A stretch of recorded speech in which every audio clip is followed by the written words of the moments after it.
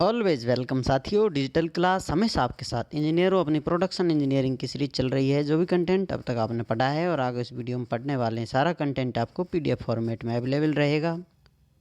जिस तरह से मैकेनिकल इंजीनियरिंग जनरल नॉलेज की अन्य सीरीज कंप्लीट अवेलेबल है, इस कंटेंट का इस्तेमाल आप SSC, RRB, state, JEE, CAT, BTech, AMIE के एग्जामिनेशन के लिए कर सकते हैं। चलिए साथियों, अब आते हैं लेज़र की दुनिया में। लेज़र बीम किस प्रकार से बन सकती है। जैसा कि आपको पिछली वीडियोज़ में पता होगा साथियों, रेडिएशन किस प्रकार से आता है, रेडिएशन के बारे में, इमिशन किस प्रकार से, alpha, beta, gamma, photon, proton, neutron किस प्रकार से काम करते हैं, अब उनका हम यहाँ पर इस्तेमाल करने वाले हैं। तो लेज़र बीम के लिए वो ज़रूरी था आपको बेसिक इन्फॉर्मेशन देना, तो वो सब दे दिया था। लेज़र स्टैंड फॉर, लेज़र की फुल फॉर्म आप देखें तो light amplification by stimulated emission of radiation.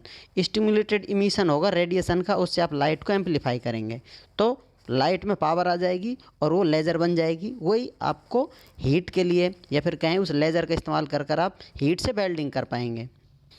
सबसे पहले साथियों रूबी क्रिस्टल से लेज़र का इन्वेंशन किया था 1960 में भाई मेहमान के द्वारा। उसके बाद अपडेटें होती गई, नई नई चीज़ें आई, अलग अलग तरह की लेज़र दुनिया में आई हैं, देखने को मिलती हैं। तो चलिए साथियों पृष्ठभूमि जमा लेते हैं, इंस्ट्रूमेंट सेटअप लगा लेते हैं अपना, फिर समझने की कोशिश करेंगे किस प्रकार से लेज़र काम करती है। तो ये रूबी क्रिस्टल है साथियों, और ये साथ में इसको साइड में लगे हुए हैं xenon lamps, flash lamp xenon है दोनों, L1 L2 दोनों लैंप हैं जो रोशनी देंगे। इलेक्ट्रिकल एनर्जी है, उससे इलेक्ट्रिकल एनर्जी को देंगे रूबी क्रिस्टल को। अब रूबी क्रिस्टल में साथियों यहाँ पर साइड में से ये एनर्जी देंगे इसको, और ऊपर की तरफ आपको कम्प्लीटली सिल्वर्ड, एक तरह से मिरर की तरह काम करेगा। इसमें लाइट जाएगी, फोटोन जाएंगे तो पार पेंट्रेट नहीं हो सकते, वापस रिटर्न होकर आएंगे टकरा कर, घूम फिर कर। अब नीचे की तरफ है साथियों पार्शियली सिल्वर्ड मिरर है, ऊपर तो कंप्लीट सिल्वर था, यहाँ पर कुछ आ सकती हैं। जो फोटोन है, लेज़र लाइट है, वो यहीं कर निकलेगी लेज़र बीम आपकी। तो इस प्रकार से ऊपर कंप्लीटली सिल्वर है, नीचे पार्शियली। अब समझ लीजिए कंप्लीट काम हो गया आपका। लेज़र बीम आएगी, फोकस कर लेंगे उसको किसी पॉइंट पर, वो वर्क पीस होगा जहाँ आप वेल्डिंग करना चाहते हैं।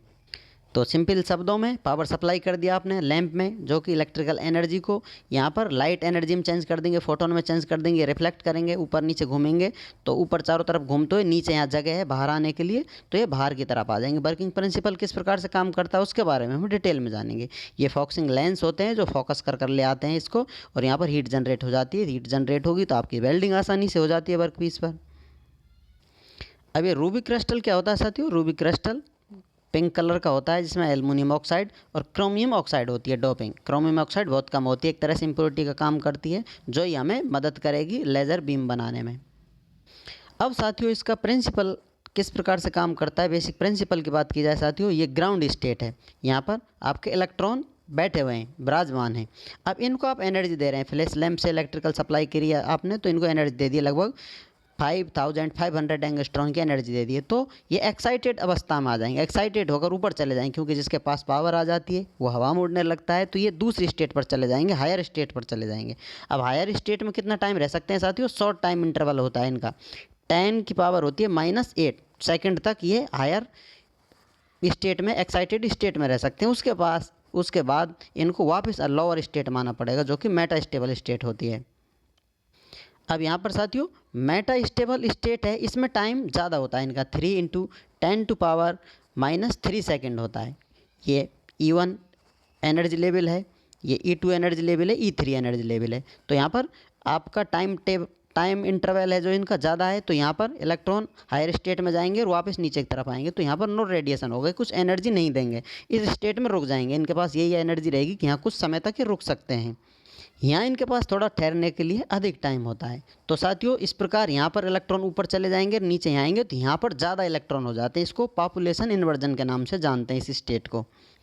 अब ये इलेक्ट्रॉन लोअर स्टेट में आएंगे, क्योंकि यहाँ नहीं ठहर सकते, ये इनकी जगह नहीं है, वापस इन्हें ज़मीन पर आना होगा। तो यहाँ पर ये एनर्जी इमिशन करते हैं, जो कि फोटोन के रूप में आती है, फोटोन इमिट करते हैं। फोटोन यहाँ से निकलेगा साथियों, और दूसरा इलेक्ट्रॉन है वो भी नीचे की तरफ आ रहा है, वो एक फोटोन निकालेगा और उससे टकराएगा फोटोन, तो वो 2 फोटोन निकालेगा। तो इस प्रकार से अगली बार ये मिलेंगे तो एक फोटोन उसका, 2 उसका, तो ये इस प्रकार से स्टिमुलेटेड इमिशन होता रहता है। तो इस प्रकार से निकलने वाले रेड फोटोन्स होते हैं, जो कि लेज़र आपको रेड कलर में दिखाई देती है। अब यहाँ पर एनर्जी देखी जाए 6947 एंगस्ट्रॉन के बराबर होगी। तो ये एनर्जी अधिक किस प्रकार से होगी, आप कह सकते हैं एनर्जी इतनी दी थी आपने तो वापस किस प्रकार ज़्यादा हो गई। तो यहाँ पर वेवलेंथ का फर्क है साथियों, वेवलेंथ अधिक है एनर्जी कम है, वेवलेंथ कम एनर्जी उसके पास अधिक होती है, तो इस प्रकार से एनर्जी इसकी अधिक हो जाती है। तो हाई इंटेंसिटी की आपको लाइट इमिट होती हुई नजर आएगी।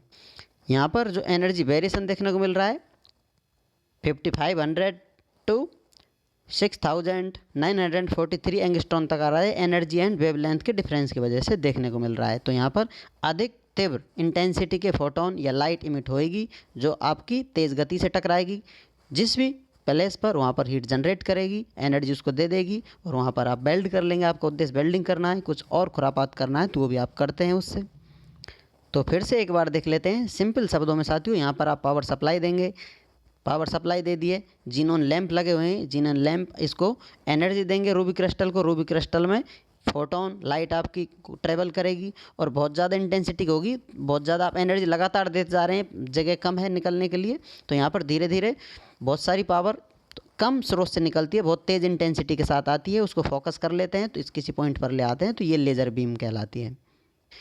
उम्मीद करते हैं विद्वानों वीडियो में दी गई अब तक की जानकारी आपको अच्छे से समझ में आई होगी। अभी भी आपका कोई कन्फ्यूजन है तो आप हमसे कमेंट कर पूछ सकते हैं साथियों। आप चाहें तो कांटेक्ट कर सकते हैं, कांटेक्ट लिंक आपको वीडियो डिस्क्रिप्शन में मिल जाएगा। वीडियो को अंत तक देखने के लिए, चैनल को सपोर्ट करने के लिए आपका दिल की गहराइयों से बहुत बहुत धन्यवाद। मिलते हैं नेक्स्ट वीडियो में, तब तक पढ़ते रहिए, व्यस्त रहिए, मस्त रहिए। जय हिंद, वंदे मातरम।